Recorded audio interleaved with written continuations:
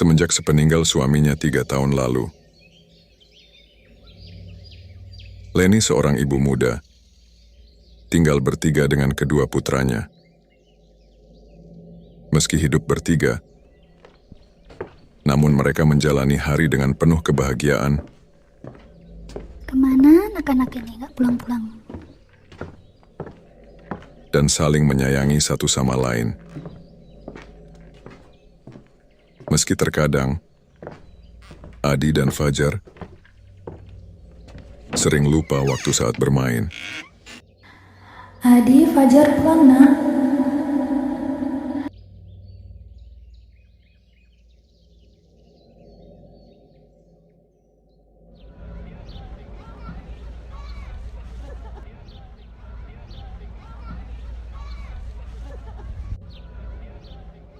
Leni menjemput kedua anaknya pulang dengan paksa. Kalau bermain pasti mereka lupa waktu. Perasaan kakak tidak enak, Dek. Pokoknya aku ikut kakak. Ayo, kalian di sini kan? Sepertinya kita main bolanya kelamaan. Fajar, cepat sembunyi, ada ibu. Fajar. Selalu seperti itu. Maafkan kami, Bu. Maaf Bu, Fajar tidak nakal. Maaf Bu. Musim penghujan sudah datang. Setiap sore selalu ada kilatan petir menyambar di beberapa tempat. Jika cuaca sedang buruk, sang ibu tidak mengizinkan Adi dan Fajar untuk bermain di Izinkan luar. kami main di luar ya Bu. Fajar yang aktif selalu bertingkah yang membuat kakak dan ibunya tertawa. Fajar ingin main di luar kak. Hari ini hujan mulai turun lagi. Sudah hampir seminggu Adi dan Fajar tidak bermain di luar. Dengan sendu, kedua anak itu hanya menatap luar rumah berharap bisa bermain dengan bebas. Bosannya ya, Dek. Main di rumah terus. Di luar terlihat beberapa anak sedang main hujan-hujan dengan gembira. Tentu saja Adi dan Fajar juga ingin bisa bermain di luar. Ketika hujan turun makin deras, Adi dan adiknya Fajar meminta izin kepada sang ibu untuk bermain air hujan di depan rumah. Dengan raut wajah yang memelas, akhirnya sang ibu pun mengizinkan mereka keluar. Mainnya jangan jauh-jauh, jangan lupa waktu. Kami tidak akan lupa waktu.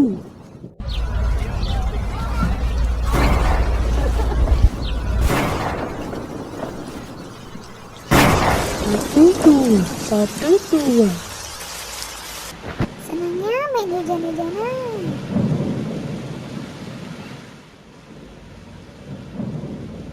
Sang ibu tadinya memantau mereka dari dalam rumah, akhirnya ketiduran. Duh, ngantuknya.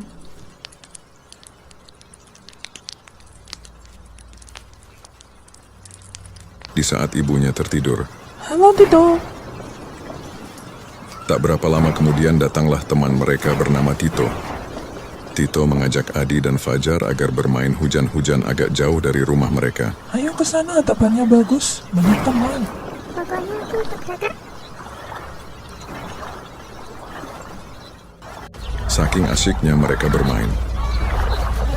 Tibalah mereka bertiga di suatu tempat di mana banyak anak kecil lainnya berkumpul untuk mandi hujan.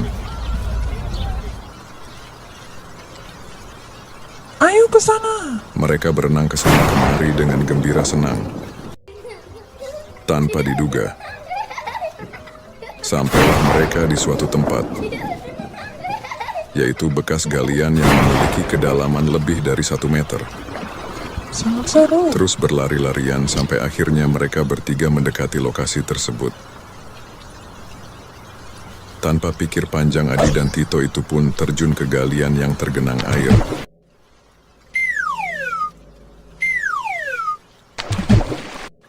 Alhasil ketiga anak yang tidak bisa berenang itu pun tenggelam. Mereka berusaha melambai-lambaikan tangan agar terlihat oleh teman yang bermain di atas. Bagaimana ini? Kami tidak bisa berenang. Naasnya hanya ada Fajar yang berusia 3 tahun.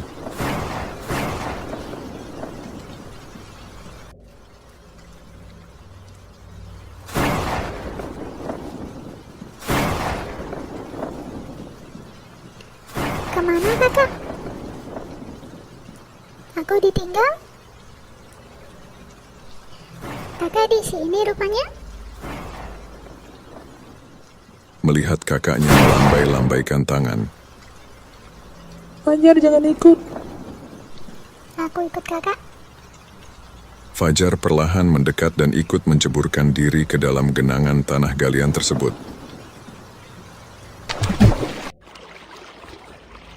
Adi, Tito, dan Fajar terus berusaha bagaimana caranya agar mereka bisa selamat. Adi terus mengerahkan tubuhnya. Namun air sudah masuk sampai tenggorokan. Sedangkan si kecil Fajar perlahan tubuhnya mulai semakin tenggelam ke bawah. Adi berusaha sekuat tenaga memegangi lengan sang adik.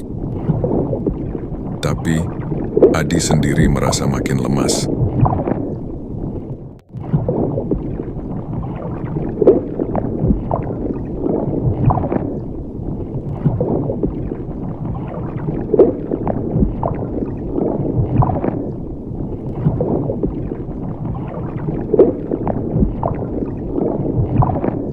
Adi dan Tito semakin panik. Kesakitan yang luar biasa mulai merayap. Dan akhirnya dengan perlahan, tak terasa tubuh mereka berangsur-angsur turun ke bawah, hampir menyentuh tanah. Namun tangan Adi masih terus berusaha meraba-raba bagian pinggir dinding tanah. Di saat ia meraba, terasa Adi memegang sesuatu seperti ranting kecil namun kuat. Adi memegangnya erat, dan anehnya seketika benda itu perlahan menariknya hingga ke permukaan. Nafas mereka terasa berat dan tergeletak di tanah. Dan pandangan mereka pun seketika menjadi gelap gulita. Kemudian muncul cahaya yang sangat silau. Fajar, sang adik kecilnya, melambaikan tangan kepada Adi, Fajar, lalu pergi menghilang bersama cahaya itu.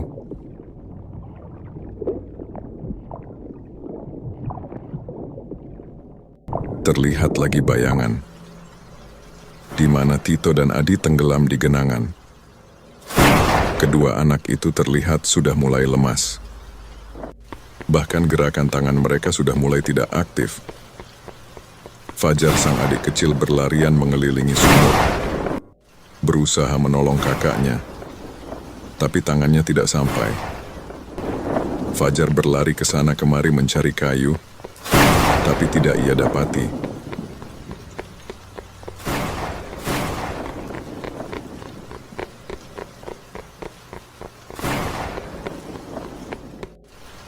Akhirnya Fajar menemukan sebuah ranting kecil. Aku akan menolong kakak.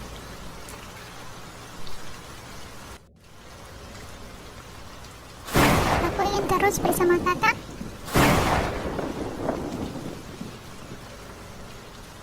Fajar menggunakan ranting kecil itu untuk menggapai tangan sang kakak. Tangan Adi langsung meraih ranting kecil itu, sambil terus berusaha menaikkan tubuhnya ke permukaan.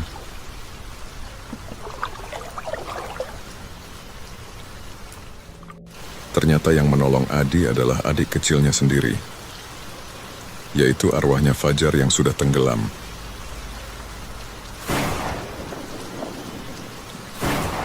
Dan mayat tubuh kecilnya belum bisa diketemukan. Tak kuasa menahan penyesalan,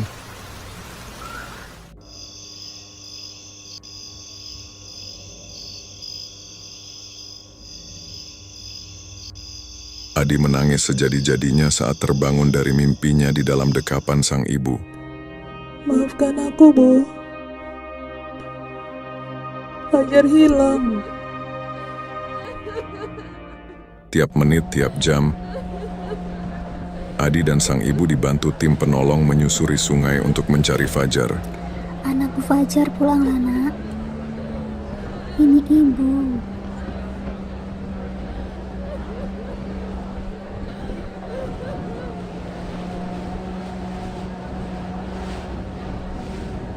Beberapa hari berlalu, keputusasaan mulai mereka rasakan.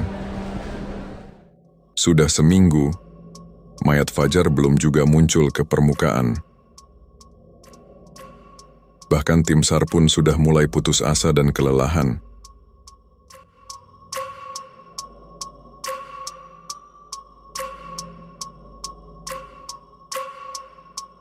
Ibu menunggumu pulang. Sambil menahan kesedihan, Adi berjalan menuju sungai sambil membawa bola yang sering ia mainkan bersama sang adik. Beberapa kali Adi memanggil nama adiknya agar muncul. Fajar, yuk pulang, kita main bola. Dan Adi pun melemparkan bola itu ke sungai. Fajar, ini kakak. Yuk pulang, kita main bola yuk. Tanpa diduga beberapa saat kemudian, tubuh kecil Fajar muncul ke permukaan. Maka akhirnya, mayat kecil Fajar berhasil ditemukan. Fajar, muncul. Kita main bola. Fajar anakku. Akhirnya Fajar pulang, Bu.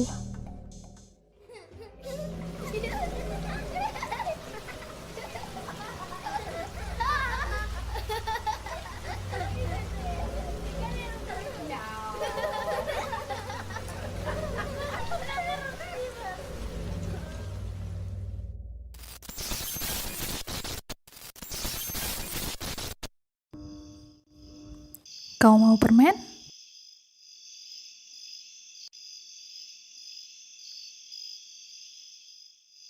Siapa namamu?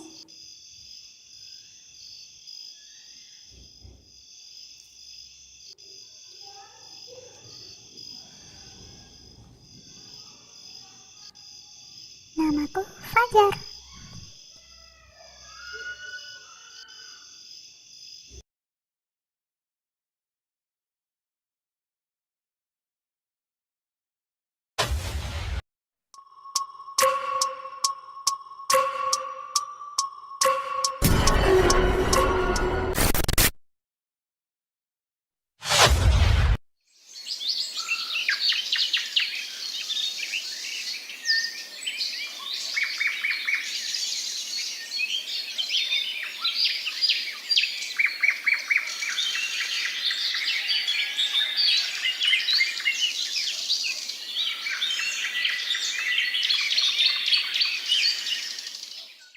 Izinkan Nino untuk mencari mereka, Bu.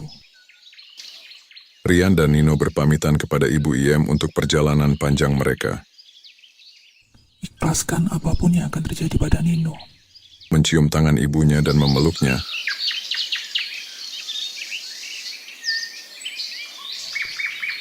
Restuku selalu menyertaimu, anakku.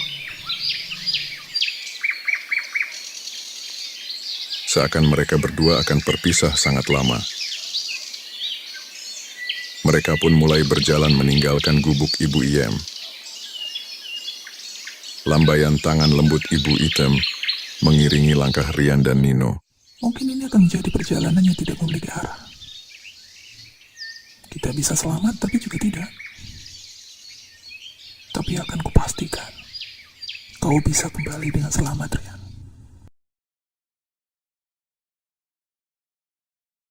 Dalam perjalanannya, Rian dan Nino terus berdoa agar pikiran mereka tidak kosong.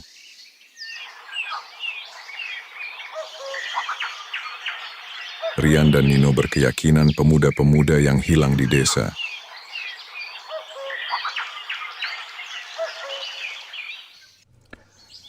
Mungkin aku tidak bisa membantu banyak, kawan. Tapi aku akan berusaha. semampu yang ku bisa. karena mereka diculik oleh nenek lampas untuk kebutuhan ritual. Tapi kenapa harus para pemuda dari desa kita?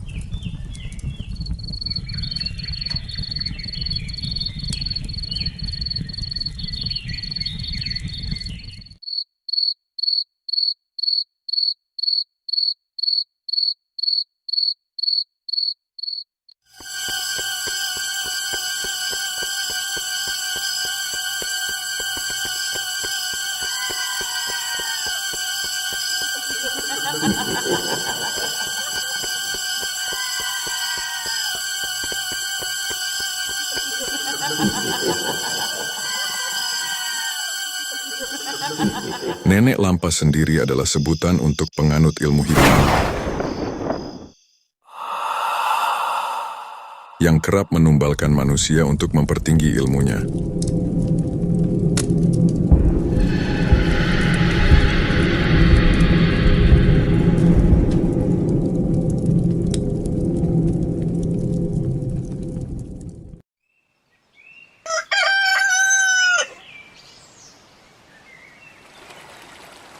Meski tekad mereka kuat, tapi mereka tetap was-was. Takutnya perjalanan ini akan gagal, dengan resiko tidak akan pernah kembali. Ternyata desa kita sangat indah ya. Perjalanan dua pemuda ini, Iya, udaranya juga sangat sejuk. hanya dibekali dengan 2 bungkus nasi, dengan lauk daun singkong rebus, dan 1 buah bambu yang dibuat seperti botol yang berisi air.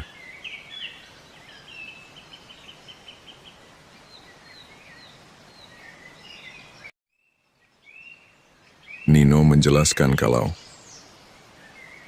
jika ada sesuatu dalam perjalanan seperti hal-hal ganjil, itu hanyalah tipuan dari para makhluk gaib. Siluman juga ada yang cantik loh. Iya, tapi tetap saja dia siluman. Dan tidak lama setelah apa yang dikatakan Nino, Rian melihat ada sebuah kampung yang sangatlah kuno dan terlihat sangat lusuh.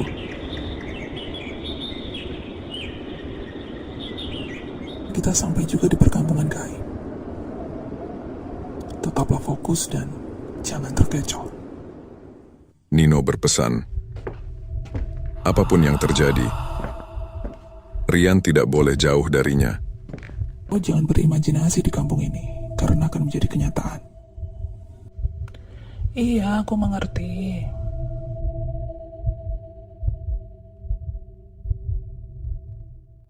Tetap fokus. Jangan menoleh kiri kanan. Sampai akhirnya Rian dan Nino memasuki kampung kuno tersebut. Tetaplah berada di dekat Rian. Seperti yang sudah bisa diduga,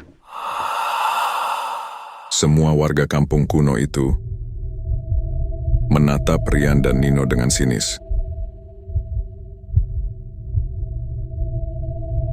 Sampailah mereka berdua di ujung perkampungan. Akhirnya Rian dan Nino memasuki hutan larangan. Dan sampai akhirnya mereka sampai di sebuah gapura.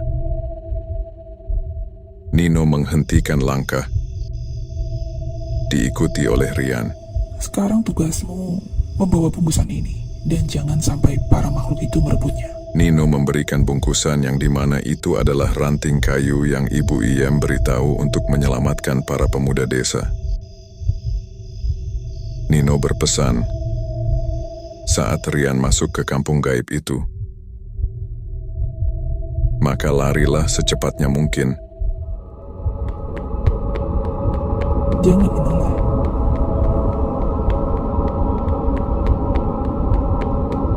Karena para makhluk gaib di dalam akan berebutan untuk mendapatkan bungkusan berisi ranting tersebut. Sedangkan Nino akan berlari di belakang Rian untuk menjaganya. Di luar nalar bukanlah 1 atau 2 makhluk yang mereka lihat.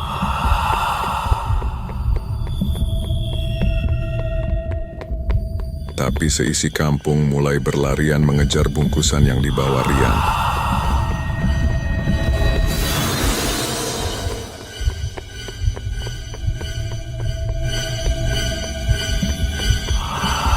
Tiba-tiba, Rian jatuh ke tanah dengan sangat keras. Kalau tubuhnya menabrak sebuah batu, dan Rian pun tidak sadarkan diri.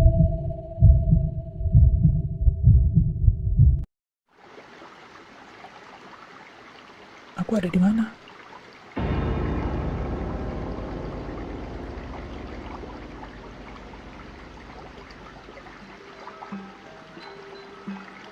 Suara apa itu ya? Saat tidak sadar itulah jiwa Rian masuk ke perangkap siluman bergaun merah.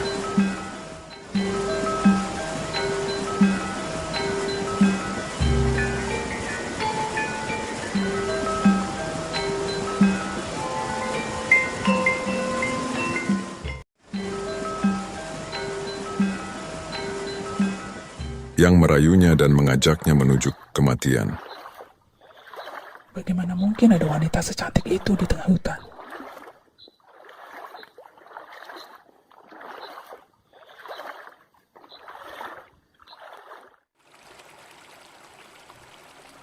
Gadis ini benar-benar cantik.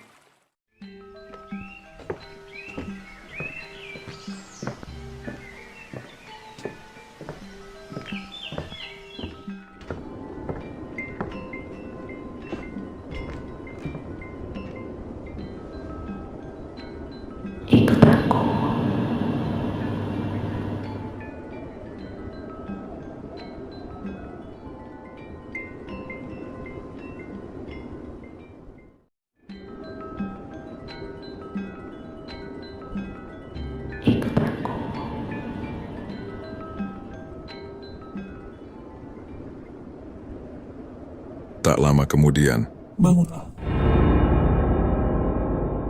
terdengar suara Nino menyadarkan Rian dari pingsannya dengan beberapa percikan air ke wajahnya. Nino tersenyum.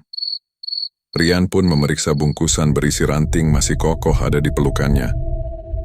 Sudah kubilang fokus dan jangan berpikiran macam-macam.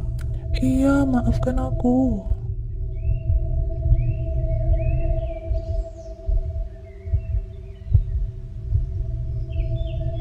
Dengan sayup-sayup terdengar suara orang berlarian.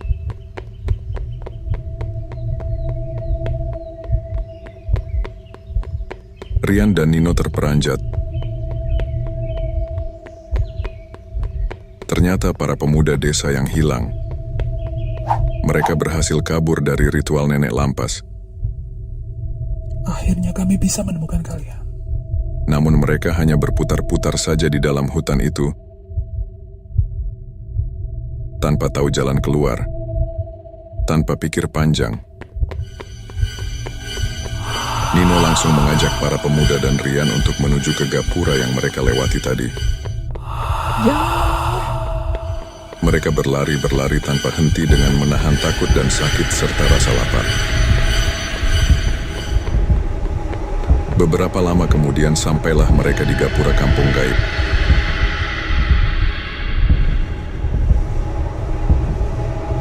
Nino menyuruh Rian untuk menancapkan ranting yang ia bawa itu. Tepat di tengah gapura, ranting kecil itu perlahan tumbuh dan tumbuh menjadi pohon yang sangat besar dan makin membesar. Nino menyuruh para pemuda desa untuk melewati gapura sebelum tertuk besarnya pohon.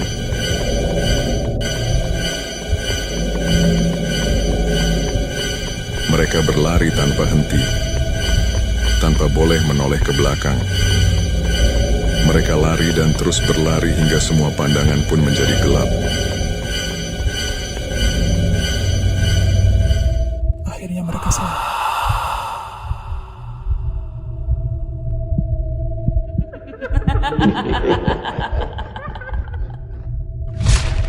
Rian dan para pemuda desa mulai tersadar satu persatu. Kerumunan warga desa berkumpul menyambut mereka dengan membawa obor. Rian melihat sekeliling. Di mana Nino? Tidak ada Nino di situ.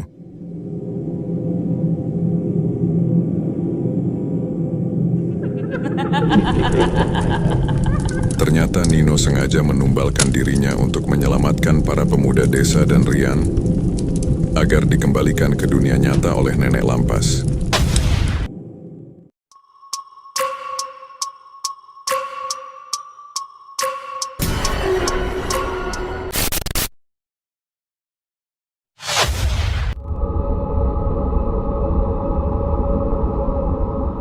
Benar dugaan mereka. Calonnya Endah pasti mati. Ucap seorang ibu-ibu di sebuah pemakaman. Endah adalah seorang janda tanpa anak. Dan hari ini Nawa adalah hari pemakaman suami ketiganya. Kenapa kemalangan nasibku tak juga berhenti? Semua suamiku meninggal. Semua orang pasti membenciku, menyalahkanku. Sedangkan suami pertamanya dulu juga meninggal secara misterius. Pernikahan mereka baru 1 bulan. Tetapi takdir berkata lain.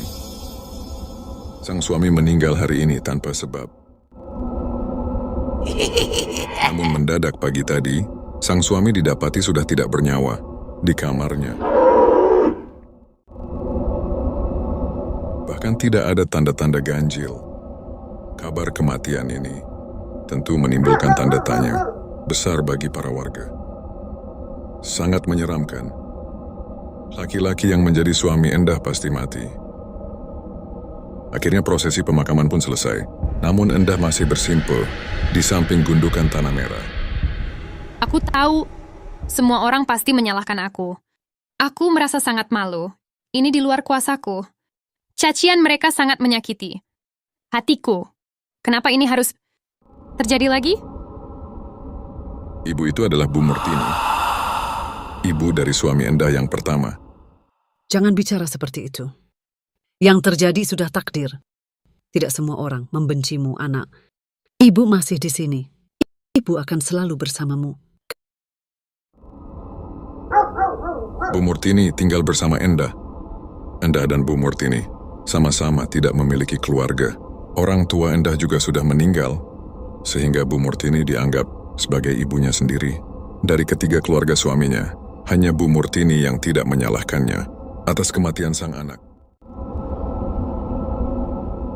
Suami pertama meninggal karena kecelakaan, dan semuanya meninggal setelah sebulan menikah. Tidak ada yang tahu penyebabnya, tetapi warga selalu menuduh Endah sebagai dalang di balik semua itu. Area pemakaman sudah sepi. Terlihat Endah, Bu Murtini, dan orang tua suami ketiganya. Penuh duka di atas kuburan putra mereka. Dalam benak ibu, Endahlah yang bersalah. Anaknya pasti masih hidup jika tidak menikah dengan Endah. Kekecewaan sang ibu mertua sudah tak bisa disembunyikan. Setiap makian yang diterima Endah membuat air matanya semakin deras. Endah tetap bungkam. Karena apa yang dikatakan oleh ibu mertuanya adalah kenyataan yang menyakitkan. Dan akhirnya pertikaian pun berakhir setelah sang suami menariknya pergi. Sedangkan Bu Murtini terus menenangkannya.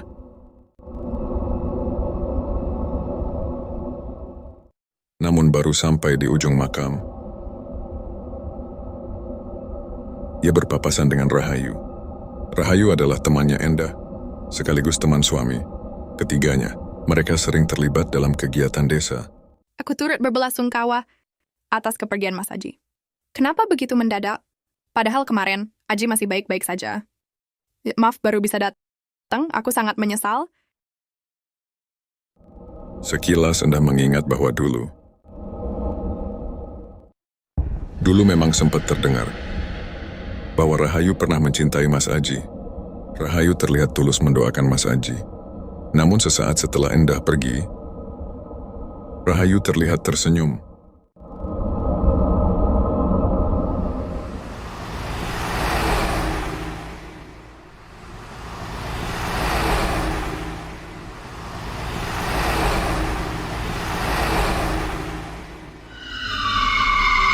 Sepertinya ada sesuatu yang aneh. Baunya anyir membuat hidungku sakit. Banyak yang tertimpa kemalangan. Karena dia. Beberapa saat kemudian, saat Endah dan Bu Murtini berjalan di luar pemakaman, suasana menjadi terasa hening.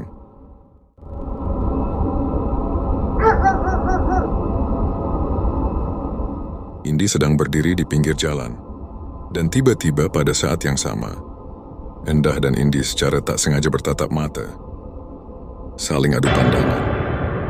Terjadi sesuatu yang aneh.